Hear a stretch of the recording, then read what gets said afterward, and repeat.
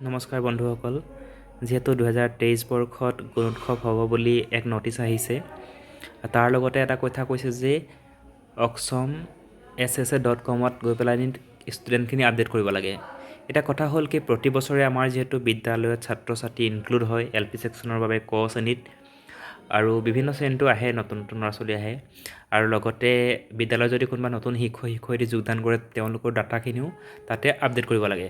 কিন্তু মেইন কথা যে এই ৱেবছাইটত আমি আপলোড কৰাৰ পিছতহে যিখিনি তেওঁলোকৰ নামত OMR শ্বীট হওক বা তেওঁলোকৰ গুণোৎসৱৰ তেওঁলোকৰ ৰিজাল্ট হওক বা তেওঁলোকৰ পৰীক্ষাবিলাক অনুষ্ঠিত হ'ব।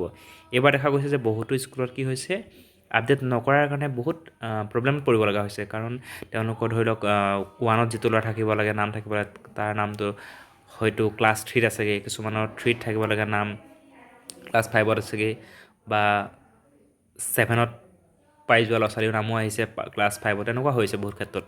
গতিকে এইবাৰ আপোনালোকে শুদ্ধ কৰিবৰ বাবে, লগতে বিভিন্ন ক্ষেত্ৰত বিদ্যালয়ত ফাণ্ড পাবৰ কাৰণে, মিড ডে মিলৰ ছাত্ৰ ছাত্ৰীৰ সঠিক তথ্য পাবৰ কাৰণে এই ছিষ্টেমৰ যোগেদি আপডেট কৰি দিয়া মাত্ৰকে আপোনালোকৰ একো প্ৰব্লেম নাথাকিব। গতিকে আমি প্ৰথমতেই চাইছোঁ যে যিটো oxom.ssa.com বুলি দিছে, কিন্তু তাত কি হয়, এই ৱেবছাইটটোত কাম নিদিয়ে।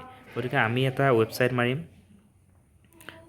ৰিমছ, যিটো আপোনালোকে জানে ৰিমছক আপোনালোকে মানে কি ৰিমছৰ প্ৰতিবাদ কৰি থকা হৈছে, ৰিমছক ইউজ কিছুমান কৰিছে, কিছুমান নাই কৰা হৈছে। কিন্তু এই গোটেইখিনি বস্তু ৰিমছ ৱেবছাইটৰ যোগেদিহে আপডেট হৈছে। কিন্তু দেই, এই ৱেবছাইটখিনি ৰিমছ মাৰি দিয়া মাত্ৰকে তাতে ওলাই পৰিব, ৰিমছ বুলি আহিব, এইটো ৰিমছ আছাম ষ্টেট পৰ্টেল, দেখিছেনে? আছাম ষ্টেট পৰ্টেলৰ ইয়াতে লগ ইন কৰিব লাগিব ষ্টুডেণ্টখিনি ভৰাবৰ কাৰণে। ইয়াতে আহিছে মুখ্যমন্ত্ৰী আৰু শিক্ষামন্ত্ৰীৰ ফটো আহি পৰিছে, আৰু তললৈ গৈ পেলাই আপোনালোকে চাব ইয়াতে ৰিমছ এডমিন লগ ইন।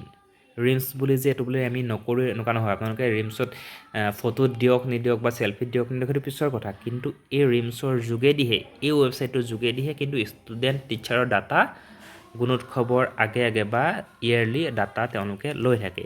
এতিয়া ইয়াতে ইউজাৰ নেমৰ ক্ষেত্ৰত আপোনালোকে ডাইচ কোডটো দিছে, ডাইচ কোডটো ভৰাই ল'ব। ডাইচ কোডটো মই ভৰাইছোঁ, আৰু পাছৱৰ্ডটো হ'ব, মই কৈ আছোঁ, পাছৱৰ্ডটো হৈছে অফিচিয়েলি পাছৱৰ্ডটো আছিলে school@123। মই এইটো আপোনালোকক ভিডিঅ'টোৰ যিটো বক্সত আছে এইটো দিয়ে দিছোঁ। এতিয়া ইয়াত লগ ইন হৈ যাব। ইয়াতে লগ ইন হৈ যোৱাৰ পিছত কি হৈছে, ইয়াতে স্কুলখনৰ ডাটাটো ওলাই পৰিছে। ইয়াত মই এখন স্কুলৰ ডাটা দিছোঁ, 53 ষ্টুডেণ্ট আছে, তাতে টিচাৰ আছে 2জন আছে, আৰু এনেকৈ এইবিলাক ওলাই আছে। এতিয়া আমি ষ্টুডেণ্টখিনিতে যাম, ষ্টুডেণ্টখিনি তাতে ক্লিক কৰিছোঁ। ষ্টুডেণ্টখিনি এতিয়া ওলাই যোৱাৰ পিছত আমাৰ কথা হ'ল কি, এতিয়া চিলেক্ট ক্লাছত যদি আমি যাওঁ, চিলেক্ট ক্লাছত চাব লাগিব।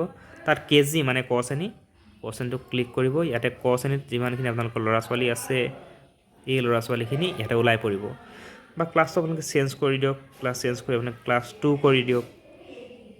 ক্লাছ 2ত আপোনালোকে এড হৈ আছে, যিখিনি আছে ইনচাৰ্জ চাব পাৰিব। এই গোটেইখিনি ল'ৰা ছোৱালীৰ নাম ৰেজিষ্টাৰৰ লগত মিলাই চাব। আপোনালোকে ক্লাছ 1ৰ চাব পাৰিব, এইখিনি আছে, বা বিভিন্ন ক্লাছৰ ইয়াত চাব পাৰিব। এতিয়া কথা হ'ল কি, এতিয়া আমি যদি নতুনকৈ যদি আমি এড কৰিব লাগে, তেতিয়া কি কৰিব লাগে? এড কৰিব হ'লে আমি প্ৰফাইলত গৈছোঁ, প্ৰফাইলত গৈ পেলাই প্ৰফাইলত স্কুলৰ নাম চামবিলাক থাকিব, স্কুলৰ এড্ৰেছবিলাক থাকিব। এতিয়া প্ৰফাইলত গৈ পেলাই এই যে 3টা ঘাট থাকিব, ইয়াতে আপুনি গৈ পেলাই ডেছবৰ্ডত গৈ পেলাই কি হ'ব, ষ্টুডেণ্ট ডেছবৰ্ড থাকিব, স্কুল মেনেজমেণ্ট থাকিব, টিচাৰ এণ্ড ষ্টাফ থাকিব, ষ্টুডেণ্ট মেনেজমেণ্ট, এটেণ্ডেঞ্চ মেনেজমেণ্ট, এইবিলাক থাকিব। বাকীখিনি ইমান ইম্পৰ্টেণ্ট নহয়। টিচাৰ এণ্ড ষ্টাফ আৰু ষ্টুডেণ্ট মেনেজমেণ্ট এইটোৱে বেছি গুৰুত্বপূৰ্ণ।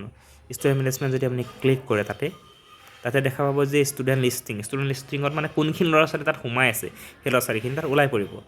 আৰু ইয়াৰ পিছত আহিব ষ্টুডেণ্ট ৰেজিষ্ট্ৰেশ্যন মানে কি, নতুন ল'ৰা ছোৱালী যদি ক'ৰবাক এড কৰিব লাগে, তেতিয়াহ'লে তাত আপোনালোকে চাব পাৰিব।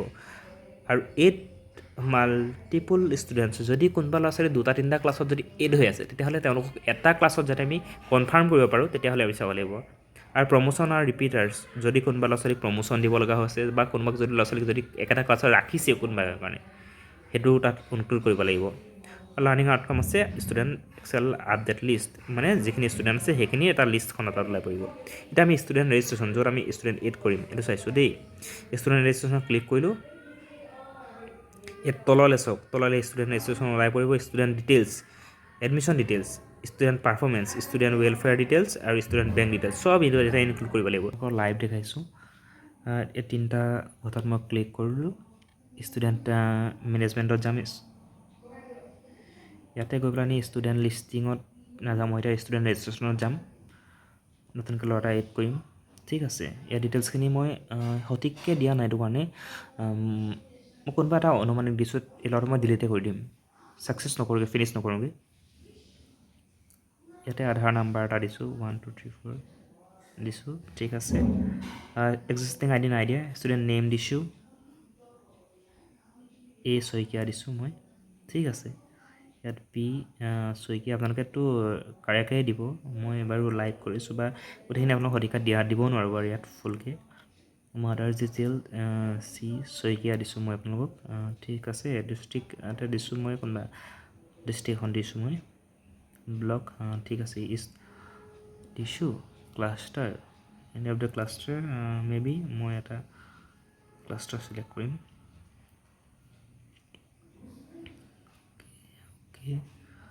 হেবিটেশ্যন, অ'কে, হেবিটেশ্যন মানে স্কুলৰ ল'ৰা ছোৱালীৰ যিটো হেবিটেশ্যন এলেকা হয় ডাইচৰ ক্ষেত্ৰত ফিল আপ কৰা, সেইটো দিব লাগিব। গ্ৰাম পঞ্চায়তৰ ক্ষেত্ৰত গাঁও যিটো হয়, যিখন গাঁও দিব এইখন চাই ল'ব আৰু, গাঁও পঞ্চায়ত যিটো হয়।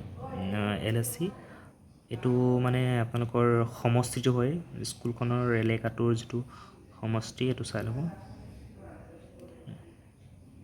পথাৰ HPSCৰ ক্ষেত্ৰত এটা যিটো হাইপাৰ কমিটি আছে, তাৰ ভিতৰত আপোনালোকৰ জোনেল ৱাইজ ছেকশ্যন কৰা আছে। গোলাঘাট যোৰহাটৰ কাৰণে যোৰহাটেই হ'ব এইটো। ডেট অফ বাৰ্থ এটা দিব আপোনালোকে, ঠিক আছে।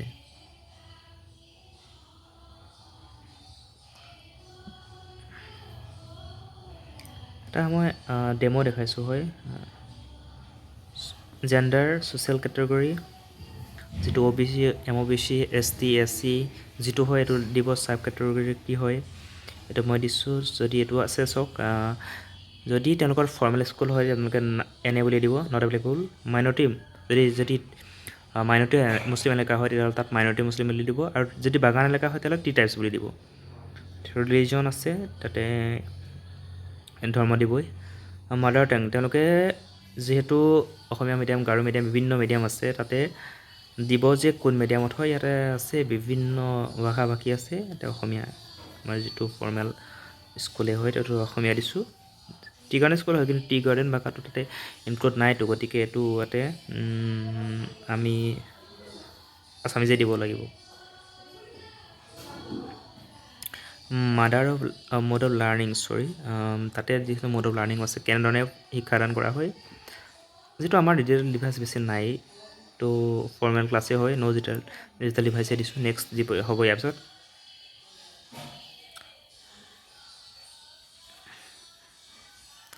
আধাৰ নাম্বাৰটো, আধাৰ নাম্বাৰ 16 ডিজিট হয়,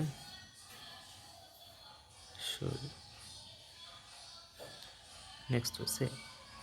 তাৰপিছত ইয়াতে দেখিব যে ডেট অফ এডমিশ্যন, এডমিশ্যন যিটো কেতিয়া লৈছে এডমিশ্যনটো আপোনালোকে সেইটো চাব, সেইটো ইয়েৰটো তাতে ইনক্লুড কৰিব লাগিব।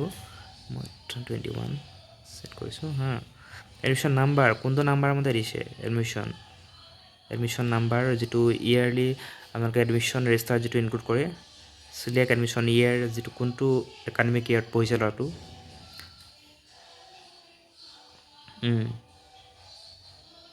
এতিয়া 2021-22 এডমিশ্যন লৈছে বুলি দিছোঁ, আৰু 2022-23 তেওঁলোকে ক্লাছ 1ত পাইছে ল'ৰাটো, ঠিক আছে। ষ্ট্ৰীম, এইটো হায়াৰ ছেকেণ্ডেৰী ক্ষেত্ৰত ষ্ট্ৰীম আৰ্ট ছাইন্সৰ আহিব। Class studies previous year in 2021-22, এইটো আপোনালোকে KG ক শ্ৰেণীত পঢ়িছিলে। ইয়াৰে কিছুমান অপশ্যনেল আছে, এইবিলাক ইমান এটা নিদিলেও হয়। নং of this child attended school in previous year, মানে যোৱা বছৰ ল'ৰাটো কিমান দিন স্কুল আহিলেনো, এইটো তাত দিব লাগে। মিডিয়াম অফ ইনষ্ট্ৰাকশ্যন, কিহত আপোনালোকে ইনষ্ট্ৰাকশ্যন দিয়ে, কিতাপবিলাক কি লেংগুৱেজত পঢ়ায়, আছামিজতে বেছি পঢ়োৱা হয়।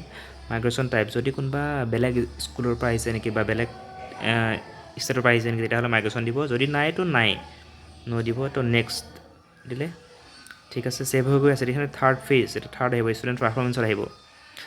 ৰিজাল্ট যদি তেওঁলোকে কি হয় প্ৰমোটাৰ যদি এটা শ্ৰেণী পাছ কৰিছে তেওঁ প্ৰমোটাৰ হ'ব। ৰিপিটাৰ যদি এটা শ্ৰেণীতে দুবাৰ হৈছে তেতিয়া ৰিপিটাৰ হ'ব। ডিছকণ্টিনিউ যদি ড্ৰপ আউট হয়, এৰি দিয়া ল'ৰা ছোৱালী হয় তেতিয়া ডিছকণ্টিনিউড হ'ব। আৰু নিউ এডমিশ্যন যদি কিবা ফ্ৰেছ হয় তেতিয়া নিউ এডমিশ্যন হ'ব। এতিয়া প্ৰমোটাৰ দিছোঁ মই, যিটো ক্লাছটো 1তে এডমিশ্যন কৰিম মই তাক এডমিশ্যন ইয়াৰ তাত যোৱা বছৰ ক শ্ৰেণীৰ পৰা পাছ কৰোঁতে কিমান পাৰ্চেণ্ট লৈ পাছ কৰিলে সি মানে তাতে এইটো আপোনালোকে ল'ব যে পৰীক্ষা লোৱা হৈছিলে ক শ্ৰেণীৰ পৰা প্ৰথম শ্ৰেণীৰ বাৰত যিটো পৰীক্ষা লোৱা হৈছিলে তাতে ইনক্লুড কৰিব। Student grade in previous year, student কি গ্ৰেড পাইছিলে সি ABCD, ঠিক আছে বি 60 পালে বি গ্ৰেড হ'ব। Schooling status in 2021 continuing the same school. সেই ল'ৰাটো 2021 আৰু 2022 মানে যিটো ক শ্ৰেণীটো ক'ত পঢ়িছিলে মানে এইখন স্কুলতে পঢ়িছিলে নে বেলেগত পঢ়িছিলে নে বেলেগ আৰু অংগনবাদী নে ক'ত পঢ়িছিলে মানে কৈছিলে যে কণ্টিনিউং ইন দ্য ছেম স্কুল। যদি এখন স্কুলতে থাকে একেখন স্কুলৰ হয় তেতিয়াহ'লে কণ্টিনিউং ইন দ্য ছেম স্কুল দিব। আৰু left the school with transfer conference, যদি কোনোবা ট্ৰেন্সফাৰ লৈ আহিছে বা left the school without transfer certificate বা ট্ৰেন্সফাৰ চাৰ্টিফিকেট নোহোৱাকৈ আহিছে এনেকুৱাবিলাক হ'লে তেনেকৈ এটা দিব। আজিকালি চাৰ্টিফিকেট ইমান গুৰুত্বপূৰ্ণ নহয় যে 2009ৰ যিটো শিক্ষা অধিকাৰ আইনমতে চাৰ্টিফিকেটবিহীনভাৱে হ'লেও আমি এডমিশ্যন তাতে দিবই লাগিব। ইয়াত নেক্সট দিছোঁ মই। ইয়াৰ পিছত চাওক আপোনালোকে ষ্টুডেণ্ট ৱেলফেয়াৰ ডিটেইলছ আহিব ইয়াতে। ৱেলফেয়াৰ বিল' পভাৰ্টি লাইনৰ হয় নেকি? হয়, আমাৰ প্ৰায় চৰকাৰী স্কুলৰ ল'ৰা ছোৱালীবিলাক প্ৰায় 90% বিল' পভাৰ্টি লাইনৰ হয়। ডিছএডভান্টেজ গ্ৰুপ মানে তেওঁলোকে যিটো পভাৰ্টি লাইনৰ ক্ষেত্ৰত আছে নেকি, যদি আছে তেতিয়াহ'লে য়েছ দিব, যদি নাইতো ন' দিব। আৰু getting free education as per RT actor যোগেদি ফ্ৰী এডুকেশ্যন পাইছে নেকি? তেতিয়াহ'লেতো এতিয়াতো পাইছে চব স্কুলতে চৰকাৰী স্কুলত, তো য়েছে দিব। টাইপ অফ ডিজেবিলিটি, যদি ডিজেবিলিটি আছে ফিজিকেলি হেণ্ডিকেপ আছে তেতিয়াহ'লে কোনটো ছেক্টৰত পৰে মানে এইটো দিব, যদি নাইতো না দিব। Facilities provided to CWSN student, যদি CWSN হয় তেতিয়াহ'লে তেওঁ ফিজিকেলি হেণ্ডিকেপ হয় তেতিয়াহ'লে তেওঁ কিবা সুবিধা পাইছে নেকি, যদি পাইছে তেতিয়াহ'লে ইয়াত দিব, যদি নাই পোৱা নাই দিব। নব uniform set received, uniform set যদি পাইছে তেওঁলোকে ইউনিফৰ্ম যদি পাইছে যিটো ক শ্ৰেণীৰ ল'ৰা ছোৱালী প্ৰথম শ্ৰেণীৰ ল'ৰা ছোৱালী হয় তেওঁতো পোৱা নাই ন প্ৰথম বছৰ হিচাপে। Complete set of free textbook, free textbook পাইছে নেকি? পাইছে। ফ্ৰী এস্কৰ্ট ফেচিলিটি, কিছুমান এলেকাত আকৌ এস্কৰ্টো দিয়া হয় ছাত্ৰ ছাত্ৰীক কিছুমান বেৰিয়াৰ পাৰ হৈ যাবৰ কাৰণে, য'ত প্ৰযোজ্য নহয় তাত নালাগে। ফ্ৰী বাইচাইকেল পাইছে নেকি? নাই পোৱা। ফ্ৰী ট্ৰেন্সপৰ্ট পাইছে নেকি? নাই পোৱা। কিছুমান ফ্ৰী ট্ৰেন্সপৰ্টৰ ব্যৱস্থা কৰা হয়। ফ্ৰী হোষ্টেল ফেচিলিটিছ আছে নেকি? য'ত নাই, ৰেচিডেঞ্চিয়েল স্কুল নহয় তো not applicable. Special training facility কিছুমান পাইছে নেকি? Not applicable. যিখিনি PWSNৰ কাৰণে স্পেচিয়েল ট্ৰেইনিং আহি পৰে। ফলিক এচিড তেওঁলোকক প্ৰদান কৰা হৈছিলে নেকি? য়েছ। ডিঅ'মেন টেবলেট প্ৰদান কৰা হৈছে। হোমলেছ হয় নেকি? যদি নহয় ঘৰত থাকে তো ভিটামিন A ছাপ্লিমেণ্ট দিয়া হৈছে নেকি? দিয়া হৈছে। তো নেক্সট কৰিব। লাষ্ট পেজ আহি পৰিছে, ষ্টুডেণ্ট বেংক ডিটেইলছ ইয়াত ছেভ কৰিলে হৈ যাব। এণ্টাৰ একাউণ্ট নাম্বাৰ অপশ্যনেল হয়, ইয়াত অপশ্যনেল হয়, আপোনালোকে লিখিব পাৰে, মানে লিখাটোৱে জৰুৰী আৰু মই ইয়াত লিখা নাই, অপশ্যনেল হয়। বেংক ডিটেইলছ বেংকৰ কথাখিনি লিখা নাই, IFSC কোডটো লিখা নাই।